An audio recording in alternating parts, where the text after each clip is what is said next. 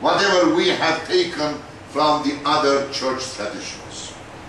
Therefore, from the remotest areas of our church history, ecumenism has been a permanent trend in the life and witness, in the reflection and action of our church. In modern times, these relations have been certainly expanded. The nature and the scope of our relations have been changed. Living in different times, our church has enlarged the scope of its ecumenical relations, and today we have ecumenical relations almost with all the churches of world Christianity. We are engaged in bilateral theological dialogue with the major church families or traditions. We are in theological dialogue with the Eastern Orthodox churches, that is to say, with the churches of Byzantine tradition. We are in dialogue with the Catholic Church,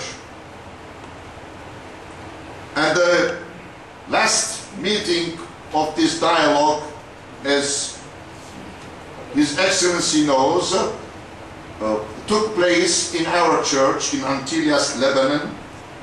We are in theological dialogue with the Reformed tradition of the Protestant churches.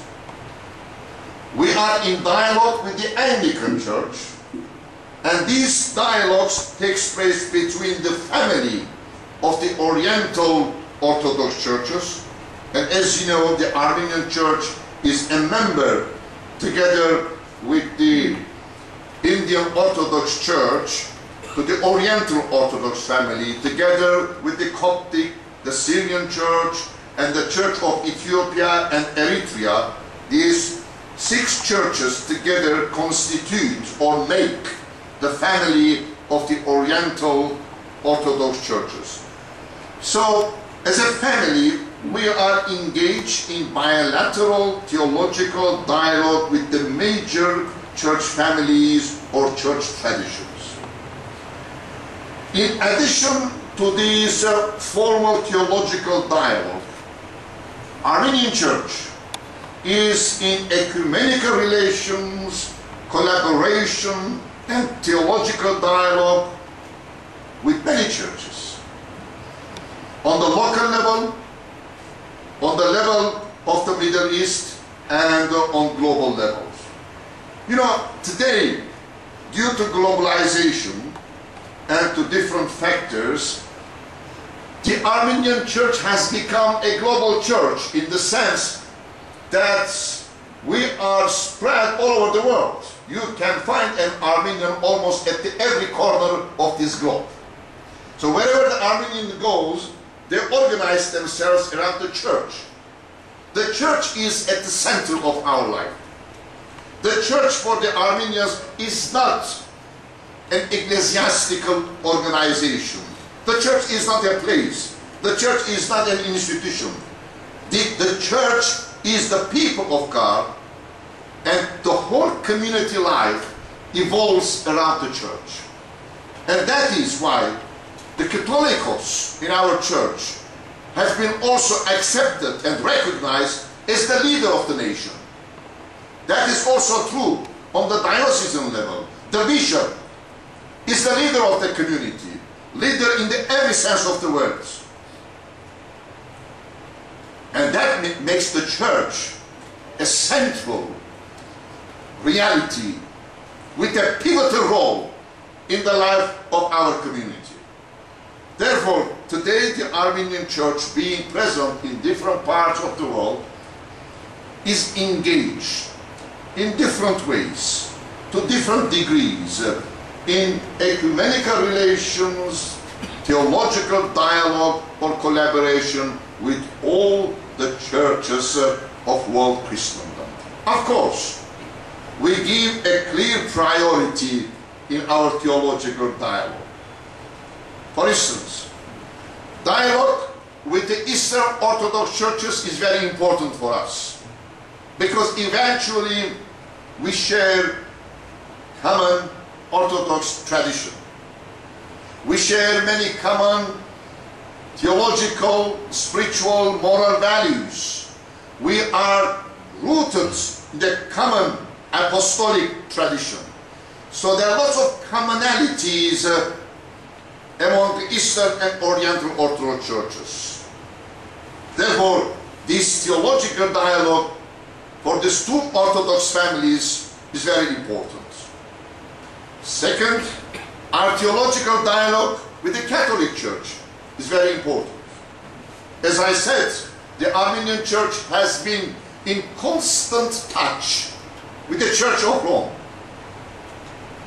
in ancient times, and particularly during what we call the Cilician period of our history in 11th, 12th and 13th centuries, when the Crusades came to the Middle East, when the Latin Patriarchate was established in Antioch and in Jerusalem, and when the Latin Church became a strong reality in the Middle East, the Armenian Church was one of the first churches to engage in collaboration with the Latin Patriarchate, with the Church of Rome. And we continued this relationship up to now. In addition to theological dialogue, we have also bilateral, as a church, collaboration and relation with the Catholic Church on the local, regional, diocesan levels, and also on the global level. We are in direct relationship with the Church of Rome, with Vatican. I have been there twice as the official guest of His Holiness. I was there in 1997, and recently I was there a few months ago visiting His Holiness, and through these visits we tried to deepen our relationship and our collaboration on bilateral levels. So, ecumenism, in conclusion, for the Armenian Church is not a sort of an appendix for our Church's life and witness. It is not only part of so-called external relations of our Church. It is an integral part of the very nature of our Church. The Church's self-understanding takes very much into consideration ecumenical dimension. Because, as I said this morning, in this world we cannot live anymore in isolation. We must be together. We must work together as far as possible. We must become one voice, articulating clearly our common Christian concerns, perspectives, and position. Therefore, the sense of togetherness today is not a question of choice, it's a must. In ecumenism, we should respect each other. In ecumenism, we have to recognize and celebrate, in fact, our diversities. Diversity is a source of enrichment. Our ecumenical togetherness also should become a source of strength. Ecumenism is a gift of God, but at the same time, it's a challenge to all of us to be together. That is the command of our Lord Jesus Christ. We should not forget this call of the gospel, the unity of the church. For us, it's not one of our objectives. It is the objective, the goal of all the churches. And I am very happy that my church, the Oriental Orthodox churches, together with the Catholic Church everywhere, we believe that the visible unity should sustain our ecumenical relations. The visible unity should become the driving force